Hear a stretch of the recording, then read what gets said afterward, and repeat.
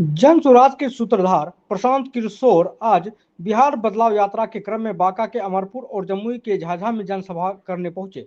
बांका के अमरपुर में जनसभा के बाद पत्रकारों से बात करते हुए उन्होंने पटना के पारस अस्पताल में हुए हत्याकांड को लेकर बिहार सरकार और ADG law and order Kundan Krishnan पर हमला बोला। प्रशांत किशोर ने कहा कि बिहार की कानून व्यवस्था अभी और बिगड़ेगी, वजह कि पूरा प्रशासन शराब और बालू से कमाई करने में लगा है। सभी मंत्री ट्रांसफर पोस्टिंग से अवैध उगाही में लगे हैं।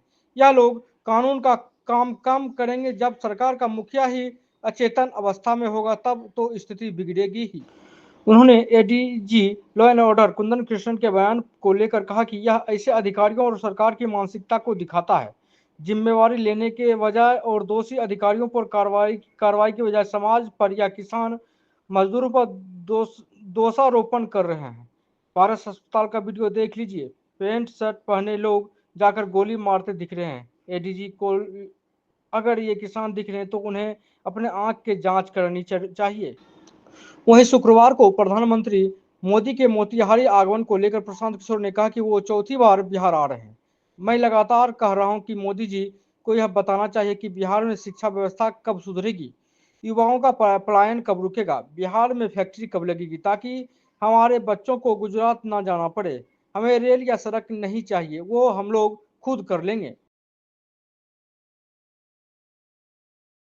देखिए, पारस हॉस्पिटल में जो गोली चली है, हत्या हुई है, अभी कल भी मैंने आप लोगों को कहा है कि बिहार में कानून व्यवस्था की स्थिति लगातार बिगड़ेगी, अभी और बिगड़ेगी। इसलिए बिगड़ेगी कि पूरा पुलिस प्रशासन तो शराब से पैसा कमाने में, बालू माफियाओं के साथ साठगांठ करके पैसा कमाने में, घूस लेने में लगा हुआ है। जितने मंत्री हैं, जितने सरकार के लोग हैं, वो ट्रांसफर पोस्टिंग में करोड़ों रुपए का उगाही कर रहे हैं। तो आप जब पुलिस वाले शराब और बालू से पैसा कमाने में लगे हैं तो कानून व्यवस्था का काम कब करेंगे? तो ये स्थिति न सिर्फ अभी बिगड़ी है, आगे भी बिगड़ने वाली है। सरकार का इकबाल खत्म हो गया है। नीतीश कुमार मुख्यमंत्री के तौर पर काम नहीं कर रहे हैं, उनकी शारीरिक मानसिक स्थिति ऐसी नहीं है। ये बात पिछले कई महीनों से मैं कह रहा हूँ। परिवार का मुखिया, सरकार का मुखिया ही जब अचेतन अवस्था में रहेगा तो निश्चित तौर पर यह स्थिति होगी। ये स्थिति और भयावह होने वाली है। किसान के बीच में जो होते हैं फ्री होते हैं, इसलिए अपराध बढ़ रहा है। अब एडीजे लॉ एंड ऑर्डर को अगर ऐसा लग रहा है कि किसान जो है वो फ्री है इसलिए अपराध कर रहा है, तो ये उस अफसर की मानसिकता को दिखाता है, सरकार की मानसिकता को दिखाता है और ये बताता है कि बिहार में स्थिति दिनों दिन क्यों खराब हो रही है। जिम्मेवारी लेने के बजाय, अफसरों पर कार्रवाई होने के बजाय अफसर समाज पर, किसानों पर, मजदूरों पर इसका दोषारोपण कर रहे हैं। पारस हॉस्पिटल में जहाँ पर ये हत्या हुई है वो कोई किसान जाकर थोड़ी ना मारा है। वीडियो जारी हुआ है, देख लीजिए।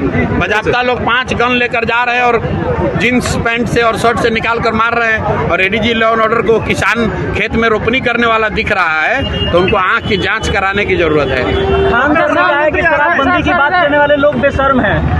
अब ये खान साहब का अपना ओपिनियन हो सकता है। कल प्राइम मिनिस्टर मोतिहारी आ रहे हैं, क्या कुछ कहेंगे आप? क्या डिमांड है? प्राइम मिनिस्टर साहब मोदी जी चौथी बार आ रहे हैं। हर बार पिछले 3-4 महीने से मैं यही कह रहा हूं कि मोदी जी को बिहार में ये बताना चाहिए कि हम लोग की शिक्षा व्यवस्था कब सुधरेगी। मोदी जी को ये बताना चाहिए कि बिहार से पलायन कब रुकेगा। मोदी जी को ये बताना चाहिए कि यहाँ रोजगार फैक्ट्री कब होगा ताकि बच्चों को गुजरात और महाराष्ट्र 10-12 हज़ार रुपए के लिए न जाना पड़े।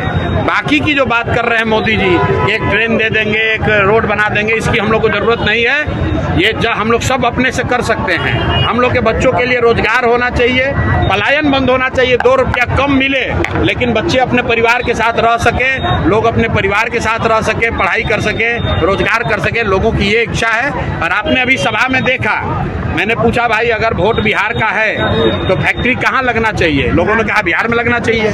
और मैंने ये भी पूछा कि बताओ 15 साल में आप मोदी को वोट दे रहे हो बिहार के लोग, मोदी जी ने फैक्ट्री कहाँ लगाया है, बिहार में कि गुजरात में? हर व्यक्ति कह रहा है कि नहीं गुजरात में लगाए हैं। और फिर मैंने लोगों से पूछा कि ये आपको आगे मंजूर है, तो लोगों ने कहा ये मंजूर नहीं है। अब ये नहीं चलेगा कि आप वोट बिहार में लीजिएगा और फैक्ट्री गुजरात में लगाइएगा। बिहार में बदलाव होगा, बिहार में जनता का राज होगा, बच्चों के लिए शिक्षा रोजगार होगा।